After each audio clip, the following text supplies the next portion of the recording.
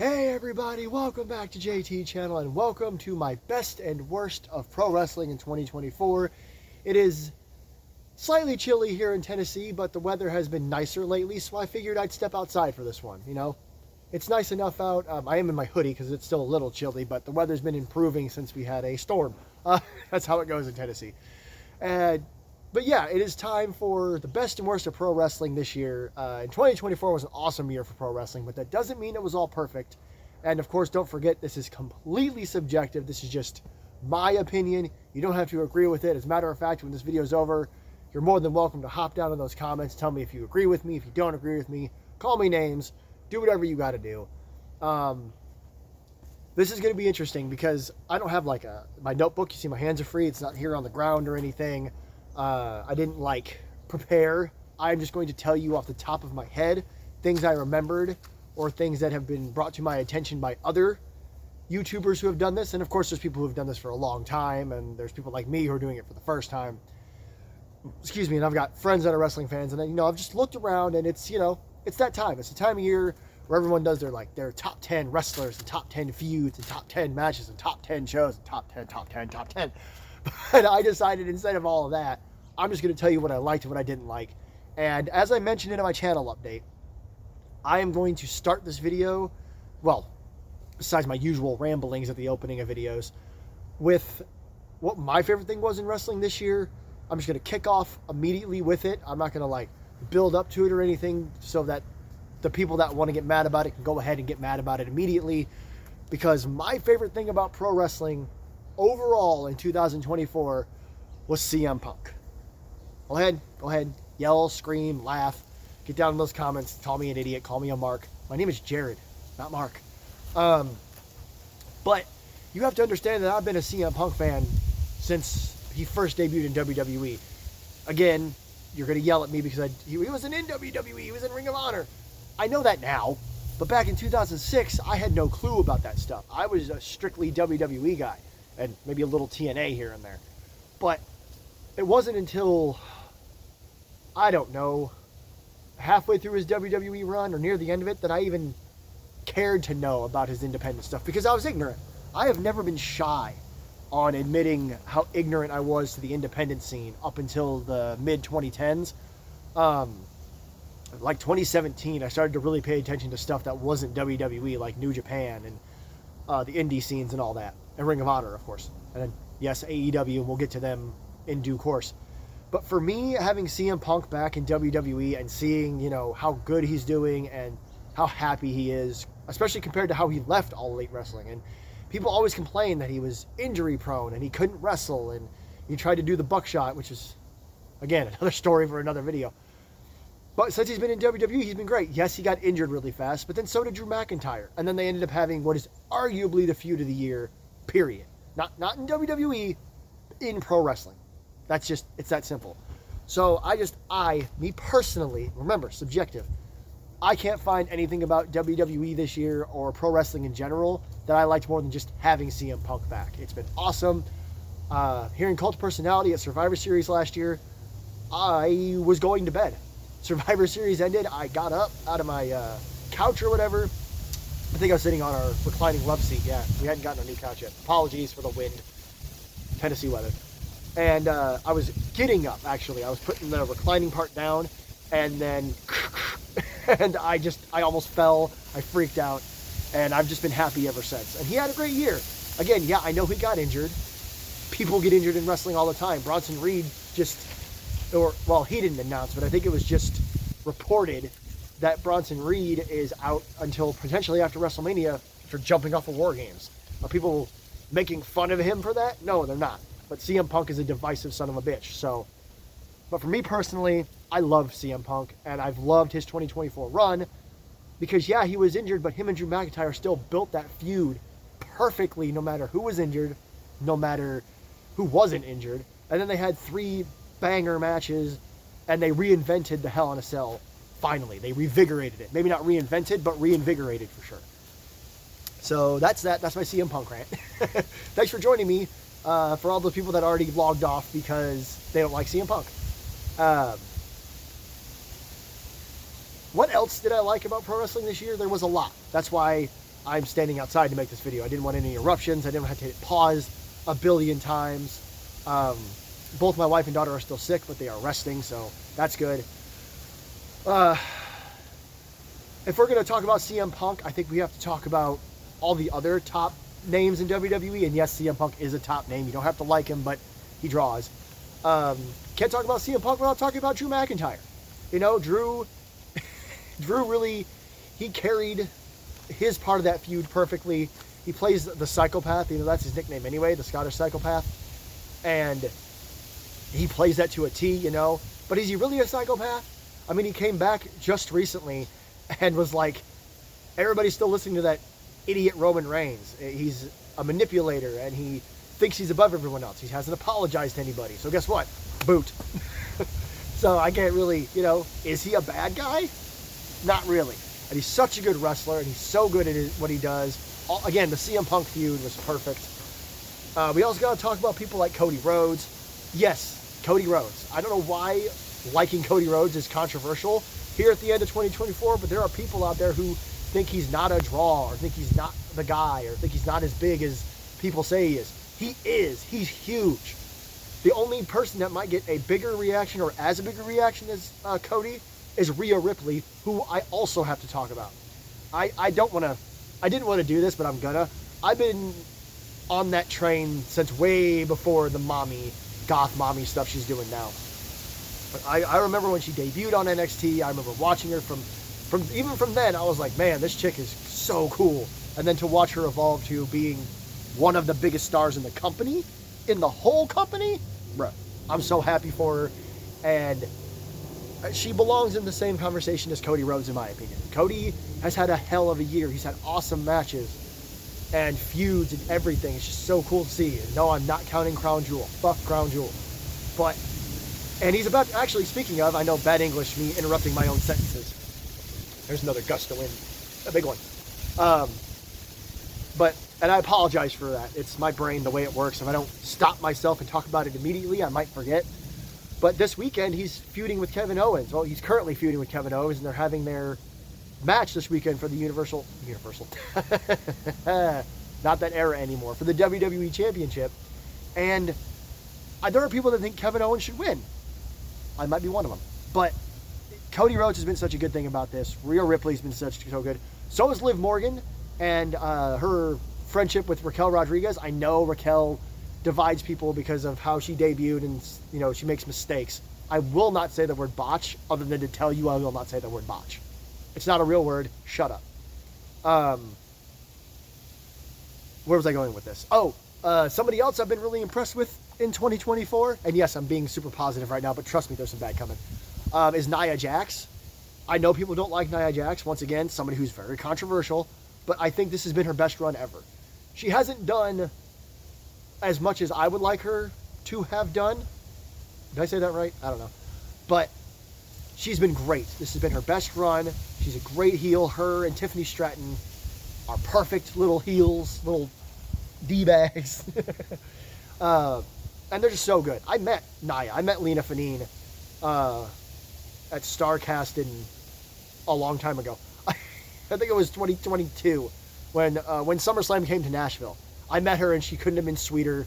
I didn't have a signing. I was just working with StarCast, and she, you know, I walked up to her and talked to her for a few minutes, and just to see her back and to see her thriving is awesome. She definitely deserves the women's championship run she's having right now. And I'm so excited to see what Tiffany Stratton does in 2025. But, so I mentioned positives, and I'm sitting here just raining all this praise on everybody. I could bring in other women as well, like Bayley or Io Sky or Naomi, or oh gosh, I had a name on the tip of my tongue and I just kind of lost it. But with that said, if we're going to talk about the women's division, something that I didn't like about 2024 was, and this goes for AEW as well, and we'll get to AEW. I'm not trying to focus on just WWE. But the booking of the women's divisions overall, I don't think was very good this year. There were some great moments, don't get me wrong. Like I said, Rhea Ripley has been booked like a goddess, and she should be. And her and Liv's rivalry, their feud, whatever, it's been pretty damn good, actually. Rhea, that match she just had with Raquel was awesome. I went back and watched it a couple of times, and it's so good. But overall, I mean, I bring up Rhea Ripley and Liv Morgan, and I'm going to need you to tell me go ahead and tell me the other major feud in the women's division. I'll listen to you. Go ahead. That's the problem, is I can't come up with anything. Now, before WrestleMania, you had the Bayley Damage Control story, which was brilliant. You've got Nia and Tiffany are a story of their own, but they're always doing, something else. And yeah, they're kind of feuding with Bayley and Naomi, but it's always kind of there and not there. And you don't, personally, I think that Tiffany should have cashed in by now. I don't think we've missed the window of Tiffany's cash in by any stretch. She's going to be a star. She already is a star, but she's going to be a mega star in the future. But the women's divisions just weren't booked that well this year, especially after WrestleMania. Now, things do seem to be heating up, but of course it is. We got Saturday Night's Main Event. We got Raw on Netflix. And then after Raw debuts on Netflix, everything's going to start picking up big time. So I just think we could have seen a lot better, and the same goes for All Elite Wrestling. Again, I've been talking mostly about WWE, but AEW had the same problem. Now, again, just like WWE, I do feel like near the end of the year, AEW was trying to pick it up. Now the camera's shaking. I don't know if it shook the last time, but AEW had a really big problem with the women's division this year. I think they did some good stuff with Mariah May. I'm going to throw some praise on them now, giving Mariah May the title, the whole Toni Storm, Mariah May rivalry, feud, whatever you want to call it. Mercedes Moné. Yes, I know. Once again, another controversial character, actor. I said actor. I didn't mean actor. Performer, person, wrestler, whatever. She's amazing. She's incredible. She is easily one of the best female wrestlers in the world when she's in the ring with the right person. Like her Chris Statlander match. The Britt Baker match wasn't good, and that sucks because I fucking love Britt Baker. Every time I go see AEW live, and I've seen them every time they've come to Nashville since 2021. They're going to be in Clarksville in January. That's so weird. But every time I go, I bring a Britt Baker sign. Even if she's not going to be there, I just love Britt Baker. And I like Mercedes a lot too. So to have that match, it felt like a big deal to me. And it just didn't live up to expectations. AEW had the same problem. They weren't really booking their women's division all that well, even though they have all these talents. And they did well at some points. The Chris Statlander, Willow Nightingale feud was incredible. The whole feud was great. And then that blow-off match, wowza. Chris Statlander did a splits on the thumbtacks. Ain't gonna see me doing that anytime soon.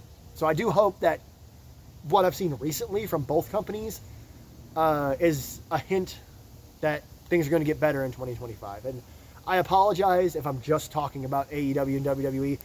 I don't have the time to watch all those other companies. And I have brought them up before in past videos. I brought up Stardom and DDT and GCW and local independent stuff around here in Tennessee.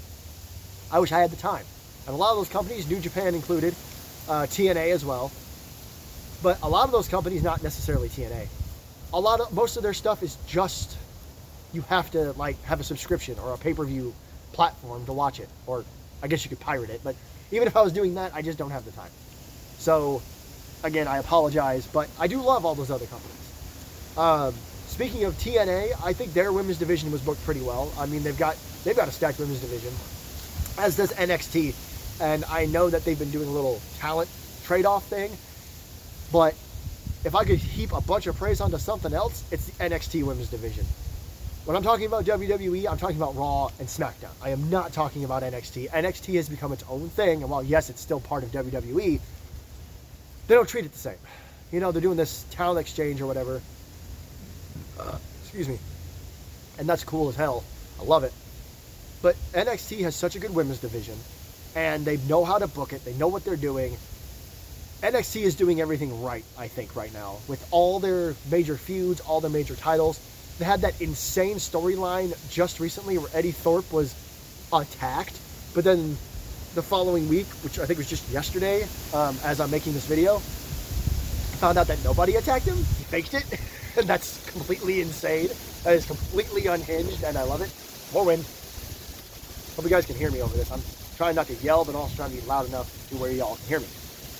But yeah, so NXT has been really good this year. I've watched all of their PLEs. I didn't catch Deadline, but I know the results. I'm going to try to catch it. I'm not wording this right. I'm going to try to watch it here soon, maybe today, maybe tomorrow, something like that, just so I can watch the matches because I'm sure they were epic. Tony D'Angelo, I just had to say Tony D'Angelo. he's had a great year. He's one of the most improved guys there, I think. He's always been great, but in 2024, he's really pushed himself up. As far as like, because I mentioned I did it again. I'm sorry, I'm trying to work on it. I mentioned at the beginning that everyone does lists at the end of the year. Here's my top 10 wrestlers. Here's my top 10 feuds, top 10 tag teams, top 10 shows. Or they'll just write them out. Here's my favorite show and this. So as far as like my favorite things, and I know this is supposed to be best and worst of the year, but I'm a positive guy. There wasn't a whole lot of bad, in my opinion. And I already know somebody is going to jump in these comments. Some guy who sits at home for 40 hours a week but has a job for 20 hours of the week, thinks he knows everything about wrestling, is going to jump in these comments and go, you know what was bad this year? AEW.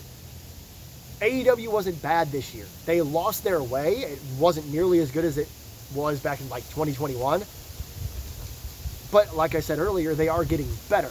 AEW is working on it. I'll agree with you that they lost their footing quite a bit this year.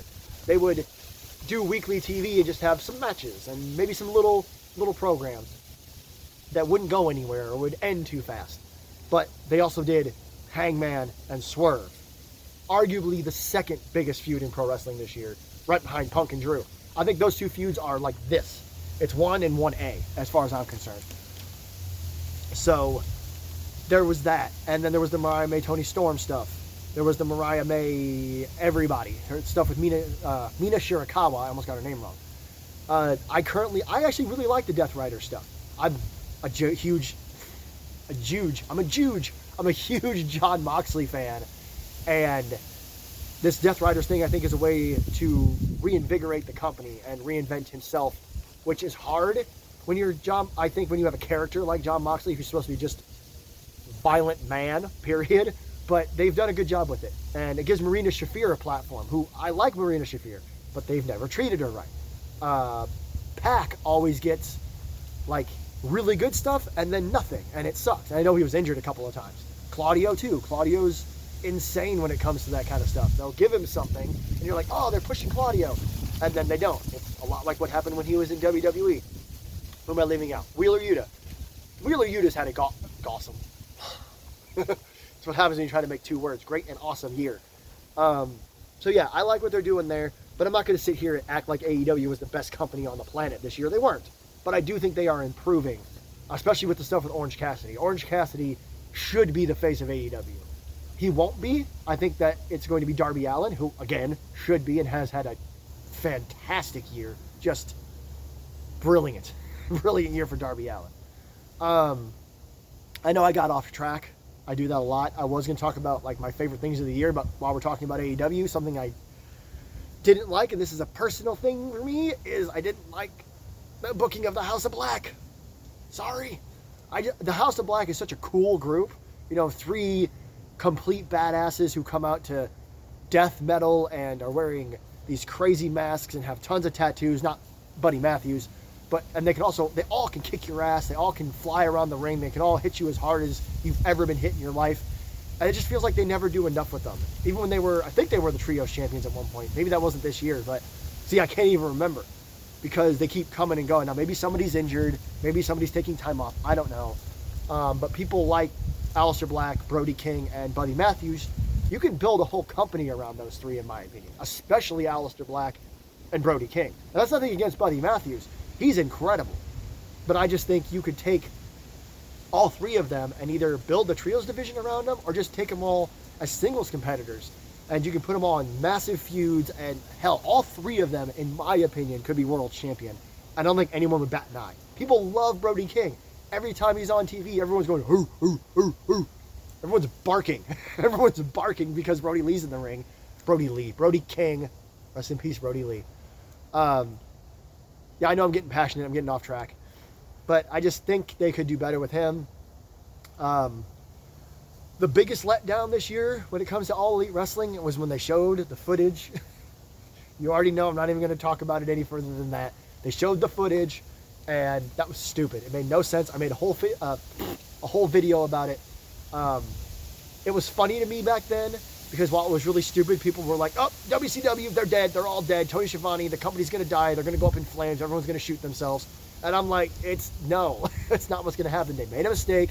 They talked about it once, then they didn't talk about it again. They're not WCW. They're not gonna die. Everything is fine. I'm trying to make sure I cover as much as I can remember. I already covered the women's divisions in all the companies. I'm also disappointed in the women's tag division in WWE. There are lots of fantastic women's tag teams. What are they all doing?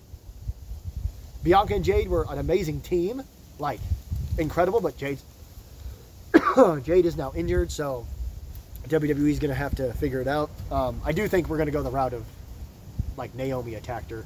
At least that's what I think. I'm sorry. You can see my hair in the video. It's driving me nuts. Talking about getting off track. There's been a lot of good. And I know that's a lot of this video so far. We've been going for a little over 20 minutes. Has been me just saying, this is great, this is great, this is great. But both AEW and WWE have had their misdoings, misdeeds, whatever you want to call them this year. And, excuse me, I think it's important to point out that kind of stuff. The men's tag division as well, in both companies, really. The tag team divisions just have seemed not to have as much focus this year, and I don't really know why. Like, once again, tons of fantastic tag teams. I mean, WWE got the Motor City Machine Guns this year. Now, again, it does seem like it's getting better. This whole stuff with DIY is incredible. Turning the whole team heel. The New Day. The New Day!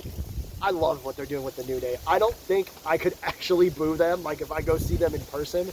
Like Monday Night Raw is coming to Nashville early next year. If I go, I'm probably going to cheer the New Day, just because I am so intrigued by this story. And that's something they did right. That whole New Day story was brilliant, from the start with Karrion Kross all the way to the end. Karrion Kross, the Wyatt Six. See, I'm just now remembering stuff. The Wyatt Six, brilliant. Every feud they've been a part of, amazing. This whole thing with Karrion Kross is awesome. Proving that they're not, zombies or magic wizards or undead bikers. Worst Undertaker ever. It was cool. They're just really tough human beings who like to fuck with your head. And that has caused them to screw up on more than one occasion. They got jumped by the Final Testament. They lost to the Final Testament. What's that gonna mean for their next match? They're probably gonna have some sort of stipulation. They can't do War Games, which I think they should have, but also maybe not. That's an argument for, I think, another video. What kind of stipulation should they have? A lot of people were saying, we should have just done War Games. I don't think so. I think War Games was done perfectly, in my opinion. Yes, the women's War Games match was kind of thrown together, or I guess, I don't know. People always have a complaint about the women's War Games matches. They never seem to have as much focus as the men's. WWE has had a hell of a year when it comes to their PLEs. AEW's had a great year when it comes to pay-per-views. You can argue it, but you're going to have a hard time telling me otherwise. So that's like the good and the bad, I guess. Trying to tell you what I liked and what I didn't like, what could be better. I really hope that the things that I mentioned are better in 2025. Nia Jax really needs to have, she needs to be the megastar that she's supposed to be. Right now, she's just kind of, she's doing good. She's doing great work, but there's more. I know there is, and maybe it'll happen after Tiffany takes her title. That was fun to say. Tiffany takes her title. Because once it's Tiffy time, Tiffany Stratton's going to be on top of the world. But the stuff she was doing in War Games was just amazing. I mean, she's always been amazing, but seeing her and Io Sky, I need that match. I need that singles match. I need Tiffany Stratton versus Io Sky. I freaking love Io Sky, if you didn't already know that. As far as what my favorite, superstars and matches and whatever, that's what I was going to get to what seems like 30 minutes ago. This video's not even 30 minutes long.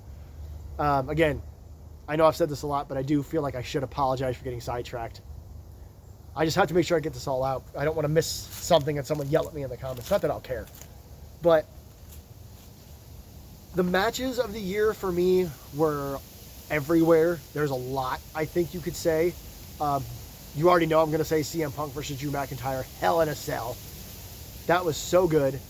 And like I said, it reinvigorated that match. I don't know, again, reinvented, maybe that's just too strong of a word, because you can go back and watch some of the older Cell matches and be like, ooh, I don't know about that. But they definitely reinvigorated that stipulation. I thought Edge and Finn Balor did a good job with it at WrestleMania a couple years ago.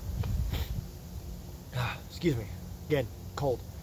But Punk and Drew definitely reinvented it, or reinvigorated it. I keep saying reinvented. Now, that match feels like it's the feud-ending violent war it's supposed to be. We shouldn't see one for at least a year, maybe 2 or 3. Like, the Hell in a Cell should disappear for a while until WWE puts together a feud strong enough for Hell in a Cell. Seth and Cody had a good Cell match too, don't get me wrong. They really, really did. But the Punk and Drew one this year, too much. Obviously, WrestleMania 40, Cody Rhodes, Roman Reigns. How can you not talk about that match? It's a match of 2 parts. It's almost 2 completely separate matches, because you get Cody Rhodes versus Roman Reigns, which is always going to be good until they're 80. I bet they can pull that match off. And then you have the second half when all the shenanigans happen. There's Jimmy Uso, there's Solo Sikoa, there's Jey Uso, there's John Cena, The Rock, The Undertaker, and then there's the finish of the match. The men's War Games match, I think. Sorry, we're literally by the woods, so I see like animals running past me. The men's War Games match, oh god, it was so good. The stories they told. Don't blow away. Okay, hang on. All right.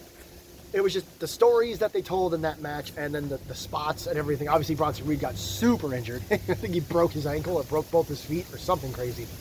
A lot of big wind coming now. I'll do my best to, like, maybe I'll stand a little closer. You guys can hear me. But yeah, that was really good. I'm trying not to miss anything. There were some other like great matches at WrestleMania. Bayley and Io Sky. Obviously, I already mentioned Io earlier. That whole match was good. A lot of people didn't really care for Bayley's entrance. I loved it, and I thought it was just, it was Bayley's time.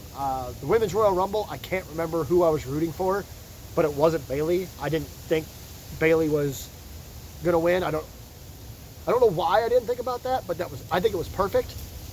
It kind of felt like an old school Rumble, where you weren't entirely sure who was going to win, because a lot of times WWE will line it up for you. They'll be like, this guy is going to main event WrestleMania. End of conversation. And the same thing for the first couple women's Rumbles. Maybe not the very first one. I know I was shocked when Asuka won that. But having Bayley win this year's Rumble, and while the Rumble itself wasn't anything to write home about, the endings of both Rumbles, men's and women's, were very much something to write home about.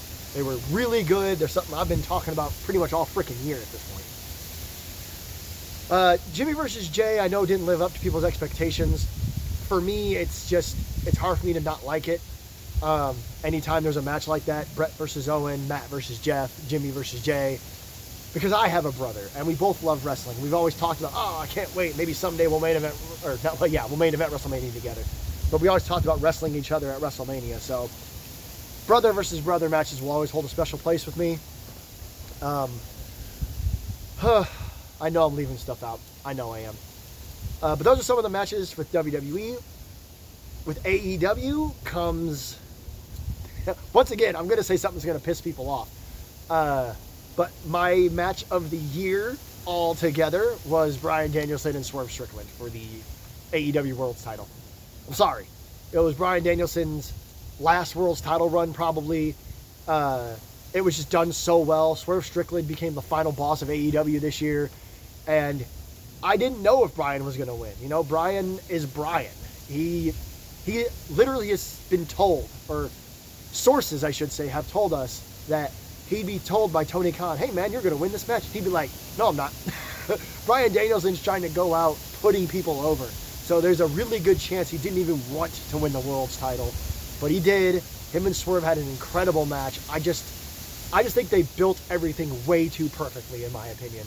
And that shot, that scene, I should say, where he hits the Busaiku knee, and I hope I pronounced that right, by the way. He hits his big running knee, but he hits it, And I think JR's like, he's out. And Swerve just kind of bumps the turnbuckle and wipes it off and then hits him with the house call. Oh my God in heaven. And yes, did that leaf just fell behind me? I know that, especially in 2024, the sanctity of finishing moves is fucking gone. It's gone. I could hit somebody with a Canadian Destroyer and they'll pop up and I can hit him with a stunner and then they'll fall down and then I can go to the top rope and hit him with a 5-star frog splash and then I can hit him with a 450 and they'll kick out at 2. If not 1, they might kick out at 1, especially if it's someone like Tomohiro Ishii. And I will admit that I do miss when finishing moves ended matches, but I'm gonna die someday, okay? We're all gonna die someday. So instead of spending my time complaining that somebody hit a Canadian Destroyer and the guy completely no-sold it, I'm gonna just laugh about it and move on with my life. That's just how I feel. I'm just here to be entertained, and it's entertaining.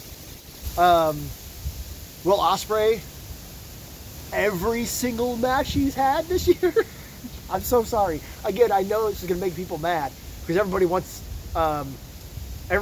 the Undertaker to run pro wrestling these days. Like, everybody should be punching each other in the face and hitting each other with chairs in the head, and we should have half-naked women, and finishers should mean something. No more flippy-dippy bullshit. It's just not wrestling anymore. I'm sorry. If you want that stuff, go watch the Attitude Era. I love Will Ospreay. I love flippy-dippy bullshit. It's some of my favorite wrestling in the world because I am an adrenaline, not junkie. Like, I'm not going to go wrestle like that, and I'm not going to jump off a cliff for no reason. Darby Allin. But I haven't seen a Will Ospreay match that was bad. And again, somebody is going to jump in these comments. Maybe.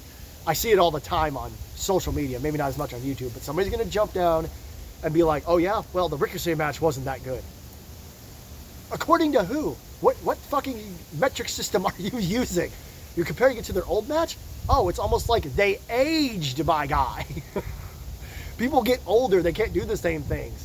But it was still really good. Really fucking good, if you ask me. I gotta calm down, hang on. I think I made that short where I said everybody was sick. Or, well, they are sick, my wife and daughter. I am overstressed and have stressed out the muscles in my chest. I had to have an EKG ran on me and blood taken just to make sure I didn't have a freaking heart attack. So I have to try to stay calm until this thing solves itself. It's not my heart. I know that kind of came out of nowhere, but I wanted to point out that if it ever seems like I'm getting worked up and then I suddenly stop, it's because I genuinely have to calm down. My body is fighting me because I've been overworking and stressing myself out lately. But seriously though, all of Will Ospreay's matches were great this year. I think he wrestled Bryan. How is that going to be bad? You go to 72 different universes and that match would still be good. They could be playing chess. They could be playing freaking Nintendo. They could be arm wrestling with their feet. What does that even mean? They're always going to have good matches. The Casino Battle Royal at All In, that was really good. I know the Casino Battle Royal idea kind of upsets people. Or the Casino Gauntlet, not the Casino Battle Royal. I apologize. We're going to wait for the wind to calm down. Yeah, I meant the Casino Gauntlet. The Casino Battle Royals, I understand. It's like groups of 5 or 4 or whatever it is. It's really weird. And then they have the Joker, who is supposed to be a big surprise. But the Casino Gauntlet was really well done. You had quite the surprise win, in my opinion. And then you had the return of Nigel McGuinness and the debut of Ricochet. Excuse me, I don't think you can do wrong there. And again, I know people are split on Ricochet because flippy-dippy-doo-dah. But he's really good at that stuff. And he's somebody that was always kind of underutilized by WWE. I'm trying to fight the wind here. But yeah, I think All In overall was a really good show. Trying to think of other, like, and everyone's going to go, oh, he can't think of any more matches. Orange Cassidy and Jon Moxley had a good match. Jon Moxley and Bryan Danielson, their world's title match. A lot of people didn't like that either. They thought maybe somebody else should do it, but it was always going to be Jon Moxley, I think. I think that makes sense, especially with the story they're going with. Anything Darby Allin did, just because I'm a huge Darby Allin mark. Again, my name's not Mark, but the tag team title match between the Young Bucks and the Private Party. I thought that was good. I think that's the one where they lost the titles. That was pretty recent, yeah. The Young Bucks were written off TV. when they were like shredding documents or whatever it was before the Death Riders tried to kill Brandon Cutler. That was really good. Trying to think here. There was another. The Willow Nightingale Chris Statlander match. That has to be up there with one of the best matches of the year. It has to be. As far as like wrestlers, teams, and stuff of the year, I think I've already kind of talked about it when I talked at the very beginning, when I was mentioning all the stuff that was like my favorite stuff of the year. It's people like, CM Punk and Cody Rhodes and Rhea Ripley and Nia Jax, and then in AEW you got Bryan Danielson, you got Swerve Strickland, Hangman Adam Page, Christian Cage. I'm not trying to just do a rhyming game here. So pretty much everybody I've already talked about has been really great. But somebody I haven't talked about at all, and if you've already paused the video and yelled at me down in the comments, you're about to feel really dumb, because I was always going to bring this guy up, because he is, while CM Punk is my favorite wrestler in WWE as far as like, here's my favorite thing of the year. My favorite thing in all of wrestling was just having CM Punk back in WWE. My favorite wrestler in WWE, my favorite superstar, it's Seth freaking Rollins. I love Seth freaking Rollins. He has been my top guy in WWE for like 3 years now, 2-3 years now. He never misses in his matches, his promos, his segments. Everything about Seth Rollins is incredible. It's just that simple. I know he got injured at WrestleMania. His part in that tag team match, brilliant. His Shield thing, just to help screw Roman Reigns, which was a 10-year-long story coming to a freaking end. Even if it came to an end, who knows? It may come back at us. When he returned, I freaked out. And now him and Punk are interacting again, so we're probably going to head to that. Rumor has it that they're going to fight on January 6th on Raw's debut on Netflix. Like, people are like, you should push it to WrestleMania. It's December 11th. WrestleMania is April 19th and 20th. You want that feud to stretch out over 5 months. There are people bitching, moaning, whining, and complaining that they rushed the Bloodline War Games match. The Bloodline storyline's been going on for 5 years. Almost 5 years, I should say. So, I'm just saying, I think they're doing the Punk, if they do the Punk Rollins match on Raw on January 6th, it's to draw faces, to draw eyeballs, to draw money, and they'll probably do it again. I don't know what Punk's doing at Mania, but we'll get there, I'm sure. Gunther, I know I haven't mentioned Gunther either. He may have had the best year out of everybody, honestly, winning the World's Championship and having these awesome defenses and these great stories about his rise of being one of the best, in-ring workers in the world, to having self-esteem problems and now having to deal with the bum-ass Judgment Day. The Judgment Day story. Finn Balor. Finn Balor has had a fun little year. I love the fact that he's involved in this world title program. I've always said he's my hero in pro wrestling. I don't know why. Ever since he debuted as Finn Balor, yet once again, somebody I didn't really know anything about until he debuted in NXT. I've always been enamored with him. And I do think that he could be world's champion one day. I don't know if he'll be world's champion at Saturday Night's Main Event this weekend. But, of course, Kevin Owens as well. What do you say? Kevin Owens has had a really, really good year. LA Knight, yeah. He's also had a really good year. Shinsuke Nakamura had a shitty, crappy, horrible year because no one ever knows how to book the guy. But it's nice to see he's doing better now. Solo Sikoa has had a great year.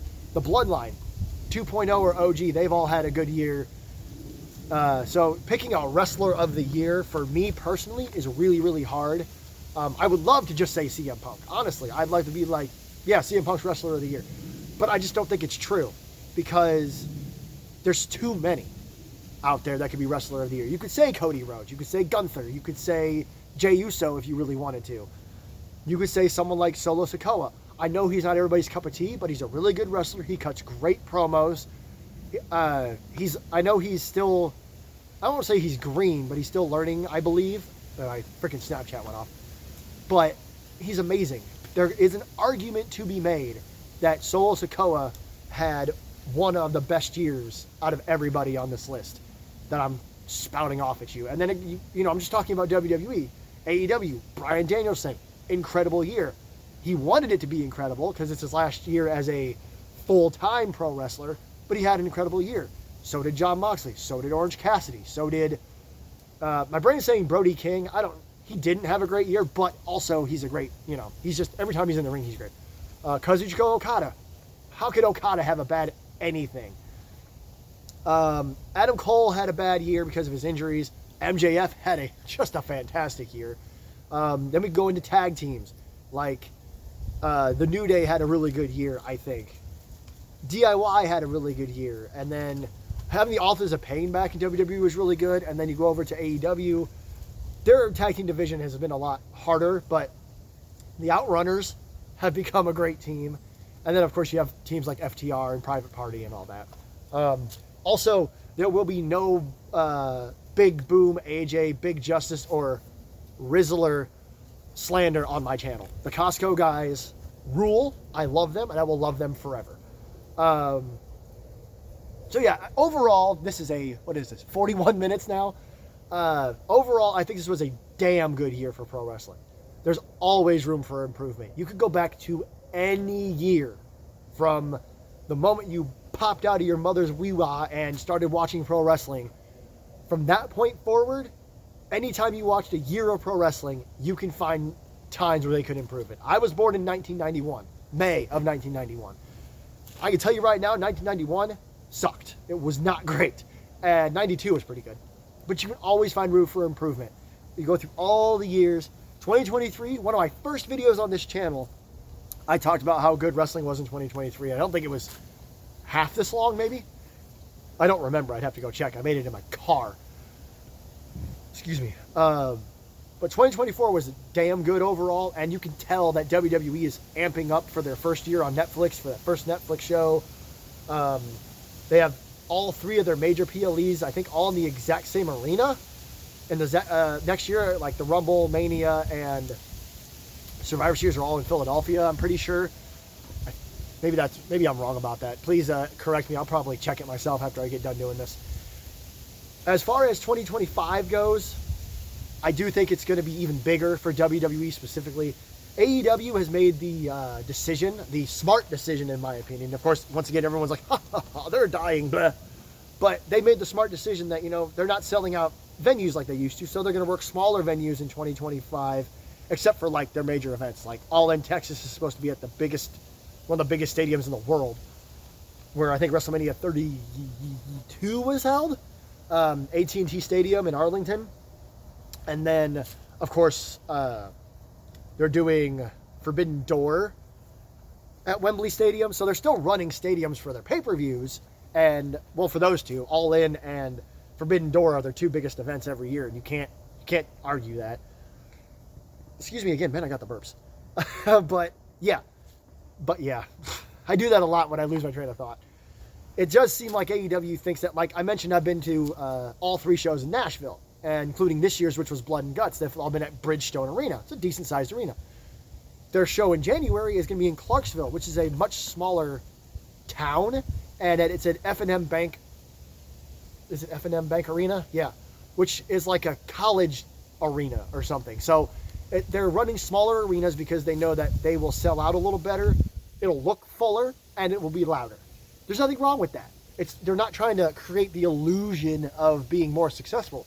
They know what they're going with. They know what the problems are, and they're working on them slowly. I was a big AEW fan for 4 years, I think. I think 2023 was the first time I had a hard time with AEW and being like, damn, they might not be the company of the year for me this year. And that's the thing. For 2024, the company of the year was WWE, and I don't even have to think about it. And I'm not trying to downplay AEW. I'm not trying to downplay TNA, New Japan, or all those other companies I mentioned in multiple videos. But for me, WWE they hit it on every cylinder. And the cylinders they did miss, I think they're starting to show promise. The tag team division, the women's tag team division, the women's division in general. 2025, I think we're going to see a lot of NXT call-ups.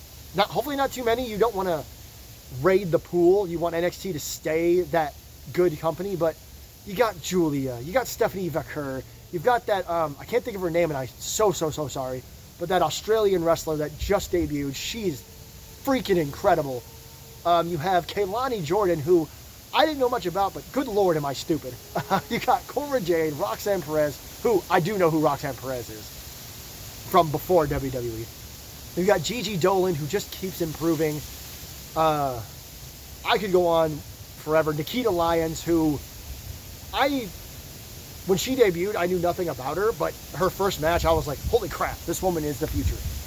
The NXT women's division will carry WWE in the future. They will. They absolutely will. So I'm looking forward to 2025. I think it's going to be a really good year for pro wrestling. I think both the major companies, WWE and AEW, are starting to cook. Isn't that what the kids say these days? Let them cook.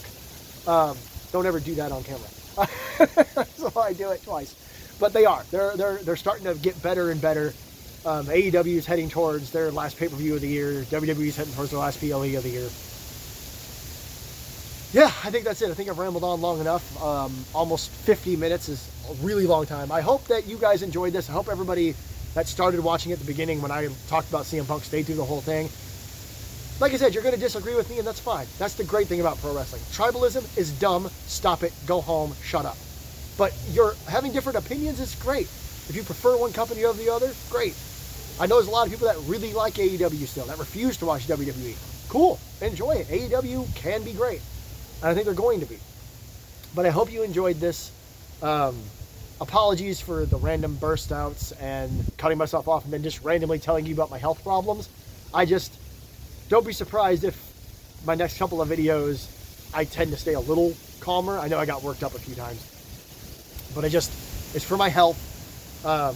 Like I said, something was wrong when we went to the hospital the other day to get them checked out.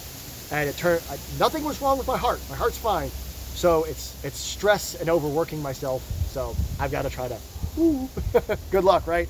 I'm the most over-the-top dramatic fucking person I know. So, and I know enough people to know that that's not saying nothing. Whatever the hell that means. But thank you everybody so much for watching. I don't know why I just bowed. Go ahead and like, share, subscribe if you haven't already. Leave a comment. Like I said, go ahead and tell me what you liked, what you didn't like. Go ahead and tell me how wrong I am or how right I am. I'm looking forward to Saturday's main event. I might check out AEW tonight. I don't know. I'm just busy. But maybe, just maybe in 2025, I'll bring back wrestling reviews of some kind. I've really enjoyed doing those. I just might be more like this instead of like writing down what happens like I'm freaking Simon Miller. I shout him out as much as I can. Watch ups and downs. Watch it. Watch it. But I'm not going to, maybe instead of running you through move by move, I'll just sit down or stand up outside or whatever and just run you through stuff, what I liked and stuff like that. But until next time, this is JT Channel. I am JT. I'm looking forward to a great year in pro wrestling in 2025, and I will see you in the next one.